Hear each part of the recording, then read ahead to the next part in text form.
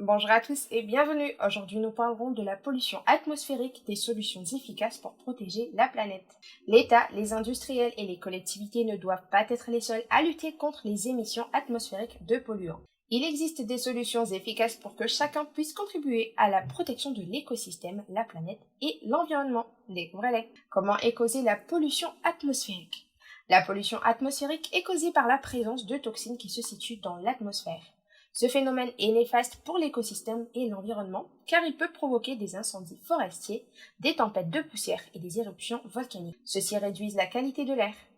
Les causes principales de la pollution atmosphérique sont les activités agricoles, les émissions des industriels, la combustion de combustibles fossiles et la production de déchets. Pour l'environnement et l'écosystème, optez pour les transports en commun. Se déplacer autrement est l'une des solutions efficaces pour lutter contre ce phénomène. En choisissant un moyen de locomotion moins polluant, cela mène à la réduction des émissions de dioxyde de carbone. Opter pour les transports en commun est idéal pour lutter contre la pollution atmosphérique car ils consomment moins d'énergie et émettent jusqu'à 50 fois moins de gaz à effet de serre. De plus, la marche et le vélo sont à privilégier pour les petits trajets. Autant que possible, économisez le courant.